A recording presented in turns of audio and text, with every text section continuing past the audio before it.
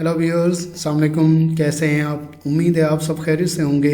आज हम समझेंगे unit 5 work energy and power का न्यूमेरिकल नंबर 4। इस न्यूमेरिकल में हमसे क्या पूछा जा रहा है और क्या डेटा हमें प्रोवाइडेड है, तो आइए चलते हैं, इसको समझते हैं। A 70 kg man runs up a hill through a height of 3 metre in 2 second. एक 70 kg का मैन है, मीन्स मैन जिसका मास 70 kg है, वो एक हिल के ऊपर चढ़ता है। Runs up hill, runs up का मतलब है चढ़ना, ऊपर चढ़ना। तो जब एक हिल के ऊपर चढ़ता है और उसकी हाइट है 3 मीटर और वो चढ़ता है, इस हाइट को कवर करता है वो 2 सेकेंड्स में। इसका मतलब ये है कि एक मैन जिसका मास 70 kg हो और एक हिल जिसकी हाइट 3 मीटर है उसके ऊपर चढ़ता है 2 सेकेंड में। How much work does he do against gravitational field. Gravitational field के अगेंस्ट में ये कितना काम करेगा, सबसे पहले हम ये पूछा जा रहा है। बी में हमसे ये पूछा जा रहा है what is the average power output. अब उस मैन का एवरेज पावर आउटपुट कितना होगा,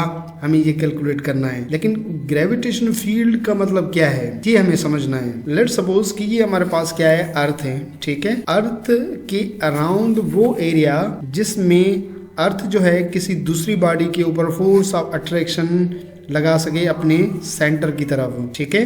तो अर्थ क्या करेगी, ऑब्जेक्ट के ऊपर जो है वो फोर्स ऑफ अट्रैक्शन जो एक्ट करेगी, जिसको हम ग्रेविटेशन फोर्स कहते हैं या फोर्स ऑफ ग्रेविटी कहते हैं। तो वो एरिया जिसमें ये फोर्स ऑफ अट्रैक्शन जो है सेंटर की तरफ लग सके, तो उस एरिया को हम क्या कहते हैं, ये एरिया क्या है, ग्रेविटेशनल फील्ड है, ठीक है। तो इस ग्रेविटेशनल फील्ड मतलब जिस डायरेक्शन में फोर्स होगी, ग्रेविटेशनल फील्ड भी उसी डायरेक्शन में है, जिसको हम फील्ड लाइंस कहते हैं। तो जो ग्रेविटेशनल फील्ड लाइंस है वो अर्थ की सेंटर की तरफ है और बॉडी जो है, मैन जो है, वो अपवर्ड डायरेक्शन में हिल के ऊपर चढ़ रहा है, ठीक है। लेट्स सपोज अगर ये हिल है तो हिल के ऊपर जब वो चढ़ रहा है तो वो क्या कर रहा है, वर्क कर रहा है अगेंस्ट ग्रेविटेशनल फील्ड के। मीन्स ये फील्ड लाइंस इस तरफ में, तो ये वर्क जो कर रहा है वो अगेंस्ट ग्रेविटेशनल फील्ड लाइंस कर रहा है, क्योंकि ये अपवर्ड डायरेक्शन में हिल के ऊपर वो क्या कर रहा है, चढ़ रहा है। तो यहाँ पे कितना वर्क होगा,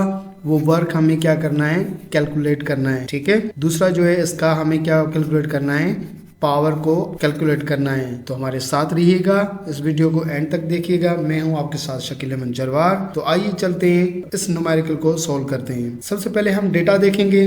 तो डेटा हमारे पास क्या है, मास है, ठीक है। मास कितना है, 70 kg, ओके। हाइट कितनी है हिल की, 3 मीटर है, ठीक है। ये h से हम रिप्रेजेंट करेंगे। व्हाट इज 2 क्या है, सेकेंड, मीन्स ये टाइम है, ठीक। हाउ मच वर्क कितना है, इसको हम किससे रिप्रेजेंट करेंगे, W से। What is power output, power को रिप्रेजेंट करेंगे हम P से। तो वर्क और पावर हमें कैलकुलेट करना है, ठीक है, आज के इस न्यूमेरिकल में, ठीक है। तो डेटा हमारे पास ये है, mass 70 kg, time 2 second, height 3 metre, work और पावर दोनों कैलकुलेट करने हैं। तो सबसे पहले हम वर्क की तरफ चलेंगे। हमें पता है कि वर्क बराबर होता है फोर्स मल्टीप्लाई डिस्प्लेसमेंट। यहाँ पे डिस्प्लेसमेंट हाइट के बराबर है, ठीक है।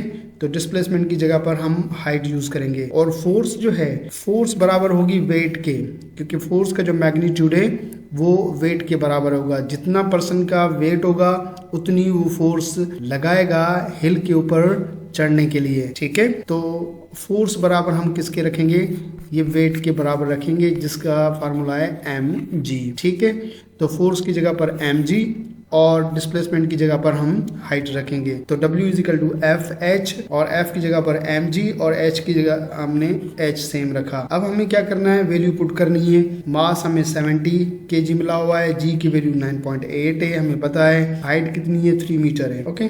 तो जब हम इसको मल्टीप्लाई करेंगे तो हमारे पास आंसर आएगा 2058 जूल। मीन्स ये वर्क हुआ अगेंस्ट ग्रेविटेशनल फील्ड के, मीन्स फील्ड लाइंस इस डायरेक्शन में है, ठीक है। और ये जो हिल के ऊपर जो चढ़ रहा है वो अगेंस्ट ग्रेविटेशनल फील्ड के चढ़ रहा है, जहां पे वर्क कितना इसने किया, वो वर्क किया 2058 जूल। इस आंसर को हम बुक के आंसर से कंपेयर करेंगे तो हमारा आंसर बिल्कुल बुक के आंसर क्या है, क्लोज है। तो इसका मतलब है हमारी वर्क की कैलकुलेशन बिल्कुल ठीक है। अब बी की तरफ चलते हैं। बी पावर, जो पावर बराबर होता है work done per unit time के। आप इस बी के फार्मूले को आप देख सकते हैं। वर्क हमने कितना निकाला, 2058 जूल, वो वैल्यू रखेंगे। टाइम हमारे पास 2 सेकेंड है, डेटा में आप देख सकते हैं यहाँ पे, ठीक है। तो पावर हमारे पास कितना हुआ, 2058 डिवाइड बाई 2। जब हम इसको डिवाइड करेंगे तो हमारे पास आंसर आएगा 1029 वाट। अब ये पावर जो है हमने कैलकुलेट किया और इस पावर को आप बुक के आंसर के साथ आप कंपेयर करें तो बुक का आंसर कितना है, 1030 वाट। तो हमारा आंसर बिल्कुल क्लोज है, very near to the answer of book. So और कैलकुलेशन जो है वो करेक्ट कैलकुलेशन है। आई होप कि न्यूमेरिकल आपको समझ में आ गया होगा। अगर कोई कंफ्यूजन है तो वो आप पूछ सकते हैं। अपना बहुत सारा ख्याल रखिएगा। Thank you very much. अल्लाह हाफिज़।